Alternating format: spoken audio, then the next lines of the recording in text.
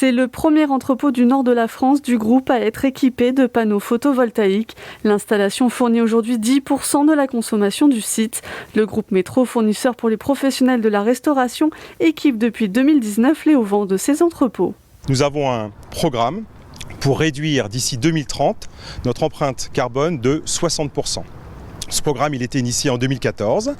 2014-2021, nous avons réduit notre empreinte carbone de 31%. Donc on a fait plus de la moitié et il nous reste jusqu'en 2030. Les entrepôts de ce type seront bientôt obligés d'installer ces panneaux photovoltaïques. C'est l'une des 10 mesures annoncées par Barbara Pompili, ministre de la Transition écologique, en déplacement ce mercredi 3 novembre. Il faut dépasser les idées reçues, montrer qu'on peut le faire, montrer aussi par l'exemple de ce que fait cette entreprise que c'est finalement simple, que ça apporte des solutions à tout le monde et qu'on est dans une logique vertueuse. Qu'il faut faire 2 choses pour y arriver. La première, c'est faire des économies d'énergie, donc faire de l'efficacité énergétique, isoler nos bâtiments, etc.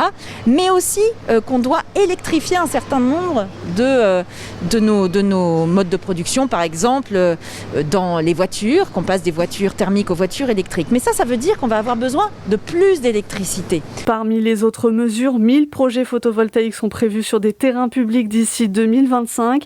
L'accompagnement pour les développeurs de projets et les collectivités ou encore l'allègement des procédures administratives pour les petits projets.